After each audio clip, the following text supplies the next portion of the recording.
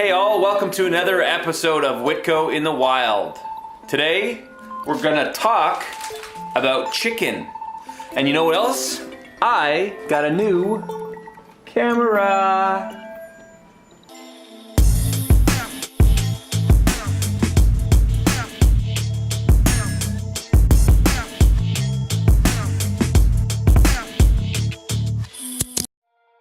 So are you filming today? Filming what? Are you filming another episode today? Of what? Are you filming episode 5 today? Do you notice anything different? Oh, it's a new camera. Yeah.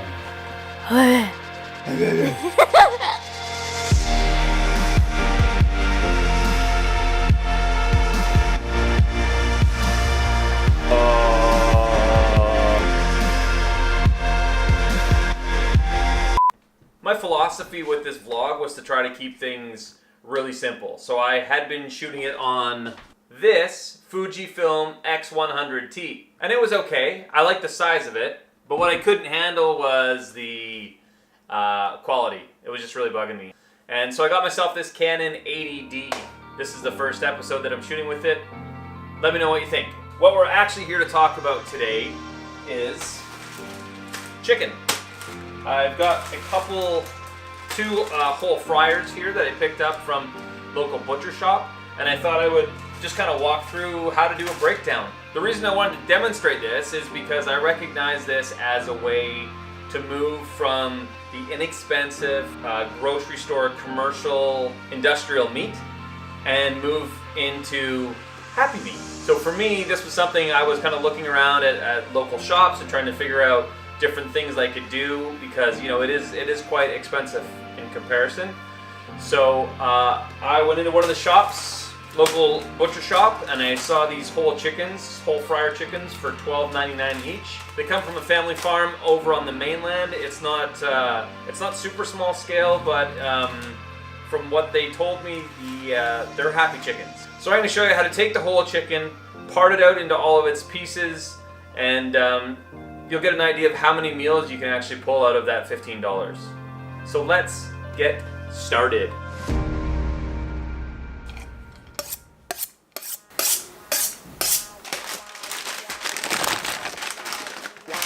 As I separate the pieces off the chicken, I'm going to lay them out on there. I'm going to put the scraps in this bowl, and then we're going to make some stock. So let's get started. We'll take this guy out of the bag. Over here at the sink, grab some paper towels and just give it a pat down. Get rid of all the juices. So first thing we want to do is just kind of pull the leg away from the rest of the body a little bit and just cut through that skin, not through any meat, and then we're basically just going to pick it up and turn that leg up.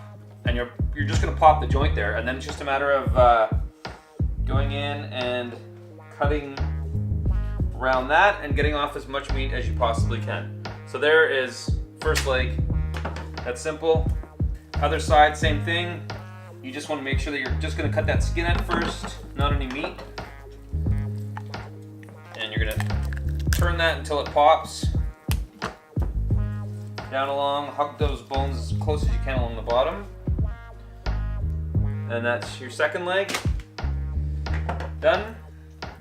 Now I'm just going to finish those. So what we'll do first here is separate the thigh. We're going to separate the thigh from the drumstick. So if you just feel right around in the middle there, you'll feel where that joint is, and you can just push your knife down through it. It really takes almost no effort there. So that gives us thigh. We're going to go over the other side here, find that joint, and just slice your knife down through there. Another little trick I've seen on these drumsticks that looks nice depending on how you're going to prepare them, but is if you just go about a third of the way down, you're just going to slice kind of all the way around, cutting through the meat, the skin, the tendons, everything that's on there. And then you're going to use the tip of your knife and just kind of scrape that bone back. And you can do one of two things here. You can either use your knife, put it right down near the tip, and just give it a crunch. Save that knuckle in your bowl. And so now you've got tendons all pulled back. Nice little drumstick. At this point, I choose to leave everything with bone in and skin on. I always cook with the skin on. unless you're simmering a chicken breast, because then it's just kind of goes soft and isn't great. So we're gonna go back to the carcass here. We're gonna take off the wings. It's kind of the same thing. You're just gonna get right into the inside of the leg, separate it out a bit, find where that joint is, and then get in there and give it a slice. So you don't want to take off too much of the breast with it, but a little bit is okay. It makes that thing a bit meatier and a bit yummier. Those are just a matter of separating these into pieces if you like to, which I do. So I'm going to take off the tip. And these two guys, I'm going to separate this into the wingette and the drumette in case I want to make chicken wings later.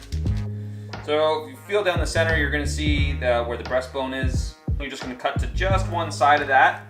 Cut that down until it just kind of doesn't cut anymore, until you're down to bone. I'm going to flip it over this way. Come back here to where the wishbone is right on the wishbone is right back here near that would be the neck, essentially the clavicle. So you just want to get in there with the tip, push your tip of your knife down into your cutting board, and then just give it a crunch, and it'll separate that. And now you're just going to ride your knife along the breast and try to not leave anything behind there. And there we go. There's our skin on breast. There's no bones in that. Other side, same thing. You want to come down just, don't cut your finger off, just on the inside of that breastbone, and then find the way that works for you to get your start getting your knife in there and just kind of slowly separating it. And then there's another little bone here at the back end. That's the wishbone still. And we're just gonna separate that off. So there we go. Another nice breast. Just give it a feel and make sure there's no other little bones or fragments or anything in there. But so that leaves us with this. And I just like to break it down a little bit more. You can just kind of twist it by hand if you want to be like that. Or you can use your shears. Or you can use a knife, you can do whatever you want. Now we're gonna vacuum bag it. Put it in the freezer.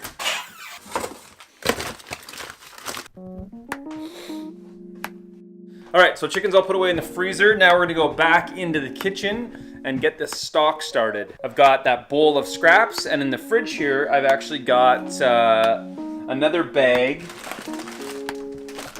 of chicken pieces from other chickens gone by. I've also got a couple spines left over from spatchcocking a couple chickens. Do you know how to spatchcock a chicken? Check this out.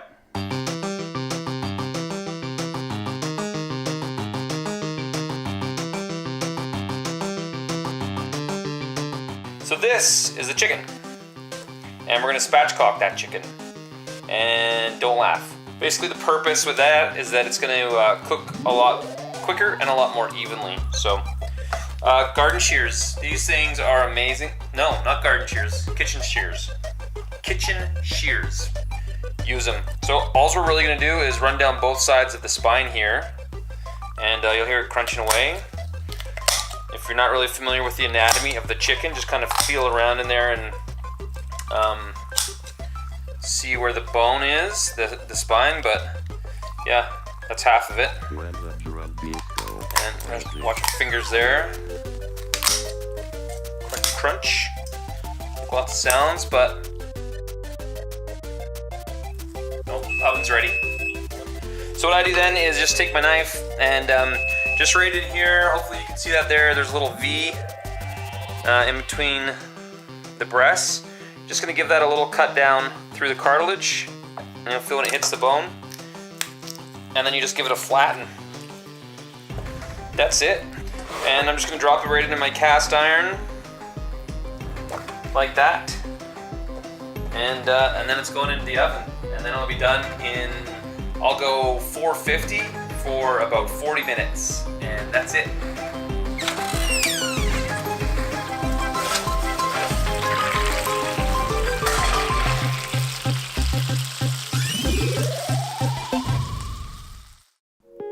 All right, so We've got all of these carcasses laid out on 2 cookie sheets or baking sheets or oven pans or whatever you want to call them. I've got 4 raw chicken carcasses, 1 cooked chicken carcass, 2 extra spines from spatchcocking, and for some reason there was a pork bone in there, so that's going in there as well. 450 degree oven for like an hour. You want to caramelize this. You want it to all be like on the edge of burning, brown, crispy goodness.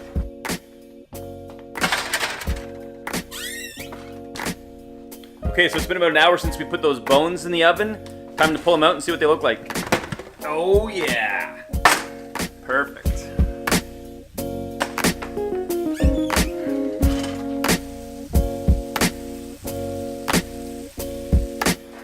Okay, so the next step is going to be to get all these bones into a big pot.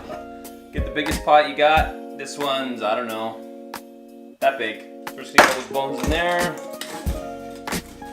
Scrape. Do what you got to do to get the bones off. If you really want to try to get as much flavor out of this as possible, you would put some boiling water into these sheets, the cookie sheets here, and scrape them. You can even put them on the element for a little bit and kind of boil them and scrape at it and try to get all that nice brown stuff into your pot. It's all flavor just sitting there waiting to be used. Along with these bones, you're gonna want some veggies. So here's a little trick I picked up from The Honest Butcher. This big thing here, full of veggies. See that? That's all just offcuts and stuff from normal everyday meals.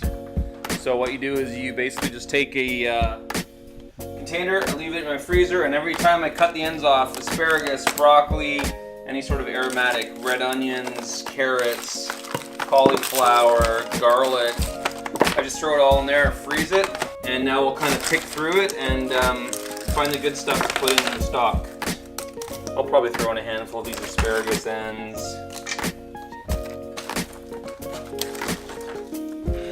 Alright, so we've got it full of our chicken, we've got it full of a bunch of aromatics. Now we're going to fill it up with hot water. So once this thing's totally full, not quite totally full, we want to get it on the...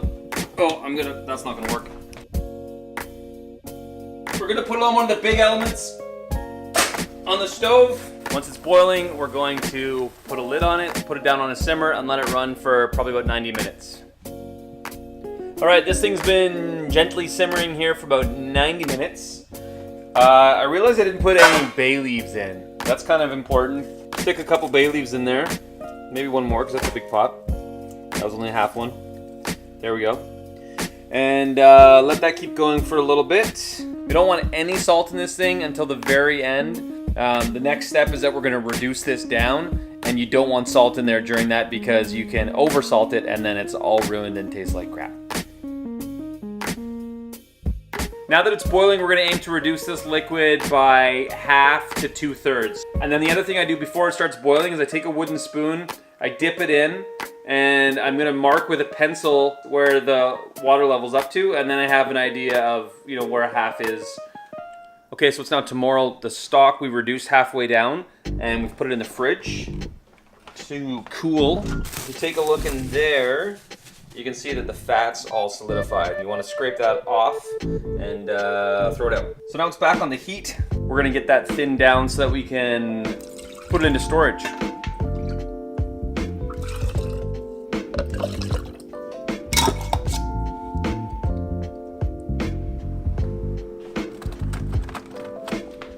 Okay, quick extra, trying to keep this thing down to 15 minutes. So that is the chicken episode. How to part it out, how to spatchcock, how to make some stock. So if you're thinking about if you're in the process of making this transition from like dirty commercial meat to happy meat, then hopefully you can use some of these tips and tricks that I've found to work for me. Kind of just comes down to being a bit creative, stretching out that budget and stretching out that meat, making it last a few meals instead of just 1 or 2.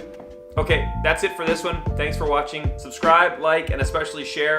I'm hoping that I can get this thing kind of, growing a little bit and build up a bit of a community around it. People to share some ideas and talk about their journey with food and their connection with food. That's what this is all about.